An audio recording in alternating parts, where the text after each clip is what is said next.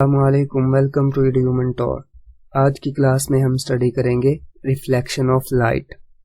तो चलिए स्टार्ट करते हैं। पहले हम देखते हैं कि definition of reflection of light क्या है। When light travelling in a certain medium, जब लाइट एक खास मीडियम में ट्रैवल करते हुए falls on the surface of another medium, किसी दूसरे मीडियम की सरफेस पर फॉल करती है, a part of it turns back in the same medium, तो इसका एक हिस्सा जो है वो दोबारा उसी मीडियम में मुड़ जाता है। तो एक मीडियम में सफ़र करते हुए जब लाइट किसी दूसरे मीडियम की सरफेस पर गिरती है तो वहां पर उसका कुछ हिस्सा दोबारा उसी मीडियम में वापस चला जाता है। तो चलिए इस रिफ्लेक्शन ऑफ लाइट को डायग्राम की मदद से समझते हैं।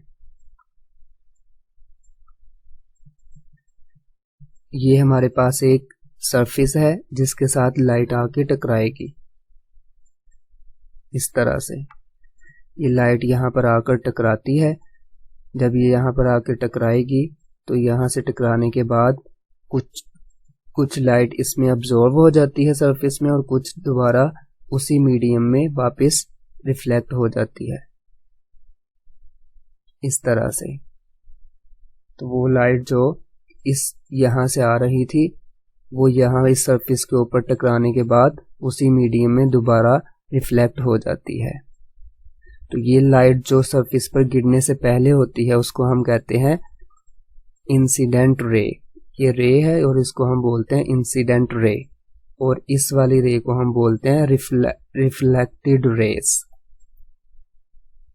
वो वाली रेस जो सरफेस से टकराने के बाद होती हैं उनको हम बोलते हैं रिफ्लेक्टेड रेस। तो टकराने से पहले वाली रेस को हम बोलते हैं इंसिडेंट रेस और टकराने के बाद वाली रिफ्लेक्टेड रेस। अब ये जो इंसिडेंट रे होती है ये इस नॉर्मल के साथ, ये नॉर्मल है जो कि इस सरफेस के साथ 90 डिग्रीज के एंगल पर बनाया जाता है, तो इसको हम बोलते हैं नॉर्मल। तो इस नॉर्मल के साथ ये इंसिडेंट रे जो एंगल बनाती है उस एंगल को हम कहते हैं एंगल ऑफ इंसिडेंस, और इसको रिप्रेजेंट किया जाता है आई के साथ। ये इंसिडेंट रे इस नॉर्मल लाइन के साथ जो एंगल बनाती है उस एंगल को हम कहते हैं एंगल ऑफ इंसिडेंट, और इसको रिप्रेजेंट करते हैं आई के साथ। और इस नॉर्मल के साथ एंगल बनाती है उसको हम कहते हैं एंगल ऑफ रिफ्लेक्शन। तो ये हमारे पास एक कंप्लीट डायग्राम है। इसके अंदर हम देख सकते हैं कि ये ओ ए रे जो है, ओ ए रे इंसिडेंट रे होती है और ये टकराने के बाद ये रिफ्लेक्टेड रे बन जाती है जो कि है ओ बी।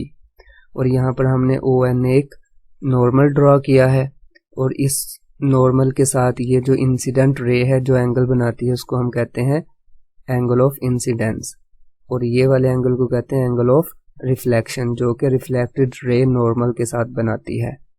और ये जिस पॉइंट पर आके टकराते हैं उनको हम कहते हैं पॉइंट ऑफ इंसिडेंस। अब इसी डायग्राम को हम एक्सप्लेन करते हैं इन वर्ड्स।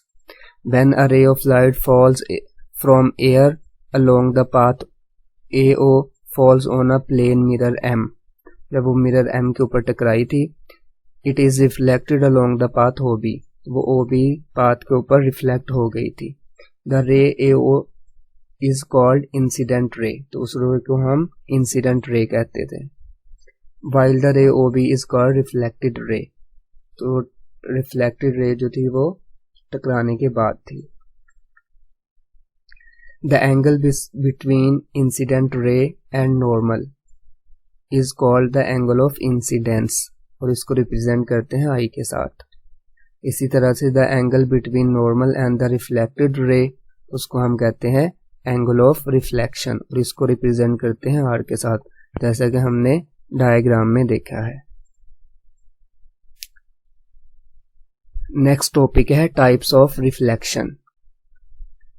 तो टाइप्स रिफ्लेक्शन जो है वो दो तरह की होती हैं, एक होती है रेगुलर रिफ्लेक्शन और एक होती है इर्रेगुलर रिफ्लेक्शन, और ये डिपेंड करती है सरफेस के ऊपर, जिस सरफेस के साथ लाइट आके टकराती है उसकी सरफेस के ऊपर।